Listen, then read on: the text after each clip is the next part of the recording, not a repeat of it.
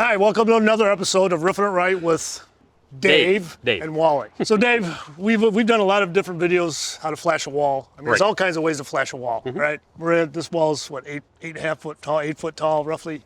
So again, there's all kinds of ways to do a wall. Right here is kind of a traditional way. Some guys will do it. So what they'll do is they'll come up. What's our high wall termination, Dave? For wall termination, it's either a 5 foot sheet or 6 foot sheet, 6 inches on the deck. So we used a 5, and this is 54 inches. Yeah. So if you're using standard bonding adhesive, the solvent bucket adhesive, up to how was the height? 60. Well, we use a 60-inch sheet, which is a 5 footer. We have 6 inches on the flat, deck. so you're 54 right.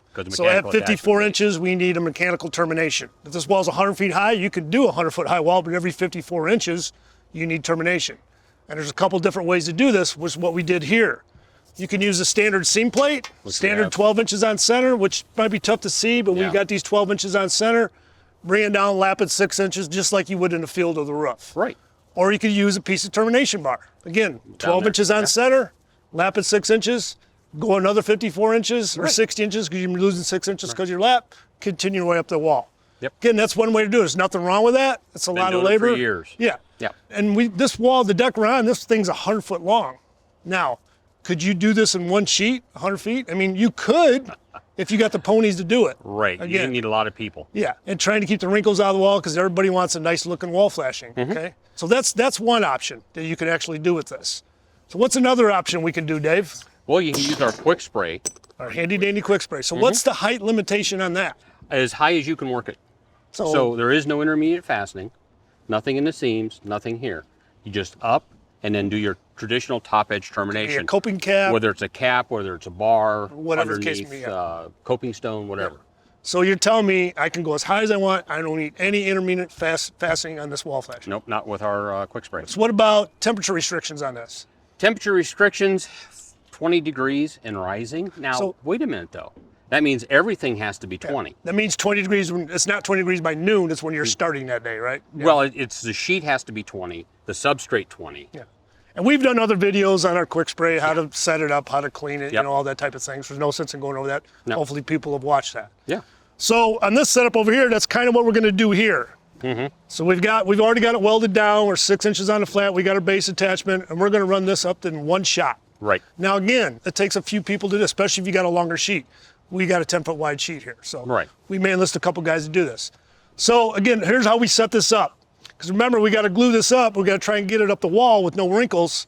So we're going to have a couple people try and work here. We want it tight at the angle change. Correct. We don't want any bridging. So we're going to try and glue that up. We're going to go up a couple feet, glue the sheet a couple feet, get it going up the wall so we're nice and straight, no wrinkles, and we're going to just continue. I'm going to glue the rest of the wall and be done with it. Sound good? Yeah, it'd be just like doing this. You have to work together to get it up. But the nice thing is you have no intermediate fastening, so you're faster. It's thinner coat than normally you put on with a roller, right? Yeah, again, there's going to be some people that say, I'll never do this, which is fine. There's no right or wrong way to do it. Nope. However suits your needs. Right. All right, so again, I'm just going to go up a couple feet so we can get it started up the wall. Once that's set up, we'll have more room to be able to work it and then work it up the wall. So make sure I get the glue nice and tight down this angle change.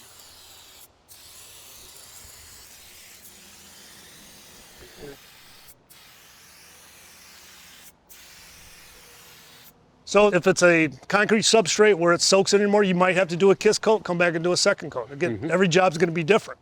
All right, Dave, so we got this glued up, and basically we have, about roughly a 20-minute open time on this? Yes, we do. So you're going to do the knuckle test, but again, we're in the shade here. If you were out in the direct sunlight, it's going to set up a lot quicker. Oh, yeah. But we have a standard, roughly 20-minute open time. So we're going to start to run this up the wall. We're going to get a couple more guys here help us get it, just to get it up the wall, and then we'll finish gluing it.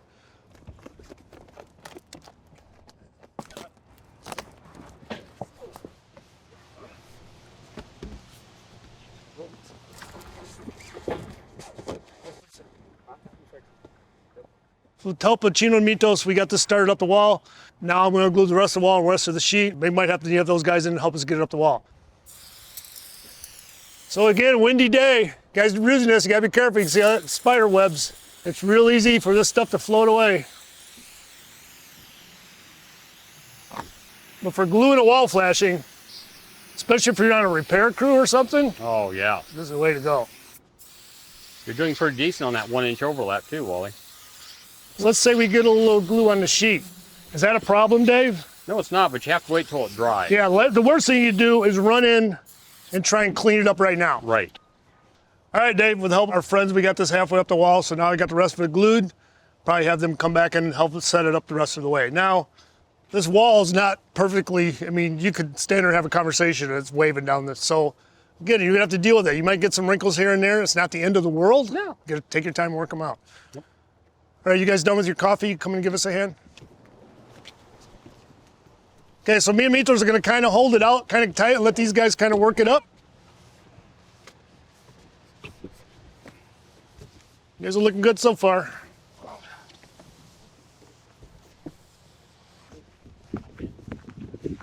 Okay.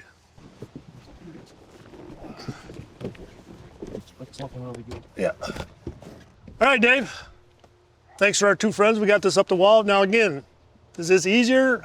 It's all up to the contractor. Right. I mean, there's no intermediate fastening. Right. So you're saving on that. Yeah. I mean, which is labor, which is some material. And it's up to the contractor because you got to have maybe a couple more guys because you got labor to install this. But again, you're eliminating labor of the intermittent fastening, and we go as high as we want. That's right. There's no right or wrong way to do this. No. It's all an individual person how they want to attack the walls. Exactly. Stay tuned for other videos with Roofing It Right with Dave and Wally.